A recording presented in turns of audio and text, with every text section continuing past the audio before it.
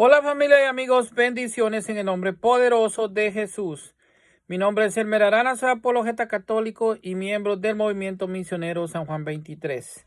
En esta oportunidad vamos a responder una pregunta de una hermanita que nos dice: ¿es verdad que María no es madre de Dios, que es solamente madre de Cristo y que no puede ser madre de Dios porque Dios es infinito y eterno y María no lo es? Bueno, vamos a responder a esta pregunta de una hermanita católica. Santa Isabel, en el pasaje de la visitación, llama a María la madre de mi Señor, como nos dice Lucas 1:43. ¿Quién soy yo para que me visite la madre de mi Señor? Aquí Santa Isabel está llamando a María la madre de Dios y está llamando Dios a un niño que aún no ha nacido, o sea, María, la madre de Jesús. Ciertamente el Señor es Jesús, quien es Dios mismo a la vez. Si aceptamos entonces que María es verdadera y real madre del Señor Jesús, entonces ella es madre de Dios, puesto que el Señor Jesús es Dios mismo. Pretender que María es madre solamente del cuerpo físico del Señor es algo absurdo y es una herejía llamada nestoriana, que ya vamos a ver y cómo nos lo explica el catecismo de la Iglesia Católica. El Señor Jesús es una persona completa. Pretender separar su divinidad, su humanidad, es absurdo y es una herejía conocida como nestorianismo. Aquí se los vuelvo a repetir, que dice que hay dos personas separadas en Cristo encarnado, una divina, el Hijo de Dios, y la otra humana, el Hijo de María. La herejía fue condenada y la doctrina aclarada en el concilio de Éfeso en el año 431. Lógicamente, la divinidad del Señor Jesús no proviene de su madre María, sino de Dios, porque Jesucristo mismo es Dios. Y entonces María es madre de Dios porque ella dio a luz a Jesucristo, que es Dios. La que pare un hijo es madre, por lo tanto María es madre de Dios. Pero no por esto ella deja de ser verdaderamente su madre. Entonces lo mismo sucede con nosotros. El alma inmortal que cada uno de nosotros posee proviene directamente de Dios. Pero eso no significa que mi madre no sea verdaderamente madre mía. Hay que recordar que fue voluntad del Señor el haberse encarnado en una mujer y que esa mujer fuese su madre. Dios no necesitaba una madre, pero quiso actuar así en su plan de salvación.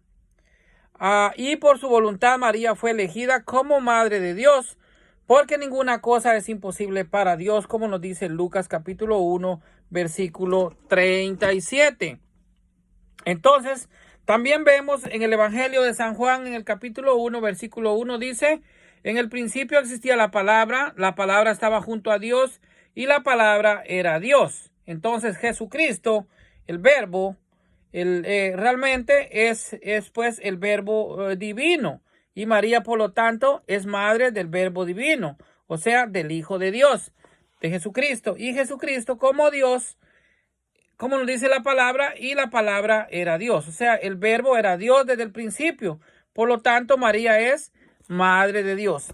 En Gálatas 4:4 también nos dice que cuando llegó la plenitud de los tiempos, mandó Dios a su Hijo, nacido de una mujer, bajo el régimen de la ley.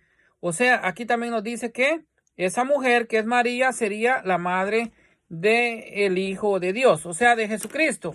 Si ya vemos las herejías que existieron en los primeros tiempos, que fueron combatidas por la Iglesia, por ejemplo, el numeral 465 nos dice: las primeras herejías negaron menos la divinidad de Jesucristo que su humanidad verdadera. Esto es en cuanto al docetismo y a los gnósticos. Desde la época apostólica, la fe cristiana insistió en la verdadera encarnación del Hijo de Dios, venido en la carne. Pero desde el siglo III, la Iglesia tuvo que afirmar frente a Pablo de Samosata, en un concilio reunido en Antioquía, que Jesucristo es Hijo de Dios por naturaleza y no por adopción. El primer concilio ecuménico de Nicea, en el año 325, confesó en su credo que el Hijo de Dios es engendrado y no creado, de la misma sustancia, o sea, naturaleza, es homousios que el Padre, y condenó a Arrio, que afirmaba que el Hijo de Dios salió de la nada y que sería de una sustancia distinta a la del Padre. Entonces, estas herejías están condenadas por concilio de la Iglesia Católica. Nos sigue diciendo el numeral 466. La herejía nestoriana veía en Cristo una persona humana junto a la persona divina del Hijo de Dios. Frente a ella, San Cirilo de Alejandría y el tercer concilio ecuménico reunidos en Éfeso en el año 431 confesaron que el Verbo, al unirse en su persona a una carne animada por un alma racional, se hizo hombre. La humanidad de Cristo no tiene más sujeto que la persona divina del Hijo de Dios, que la ha asumido y hecho suya desde su concepción. Por eso el concilio de Éfeso proclamó en el año 431 que María llegó a ser con toda verdad Madre de Dios mediante la concepción humana del Hijo de Dios en su seno. Madre de Dios, no porque el Verbo de Dios haya tomado de ella su naturaleza divina, sino porque es de ella de quien tiene el cuerpo sagrado, dotado de un alma racional, unido a la persona del Verbo, de quien se dice que el Verbo nació según la carne.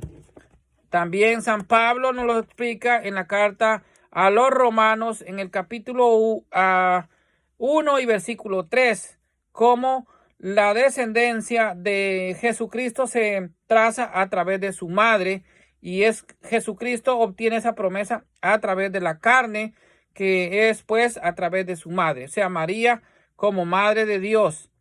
Jesucristo es Dios, segunda persona de la Santísima Trinidad. Si María es madre de Jesús y Jesús es Dios, entonces es lógico decir que María es Madre de Dios. Recordemos, madre es la que da a luz un hijo. La que pare un hijo es madre. Entonces María parió a Jesucristo, por lo tanto, y Jesucristo es Dios, por lo tanto María es Madre de Dios. Es madre del Verbo divino. Bendiciones para todos en el nombre poderoso de Jesús.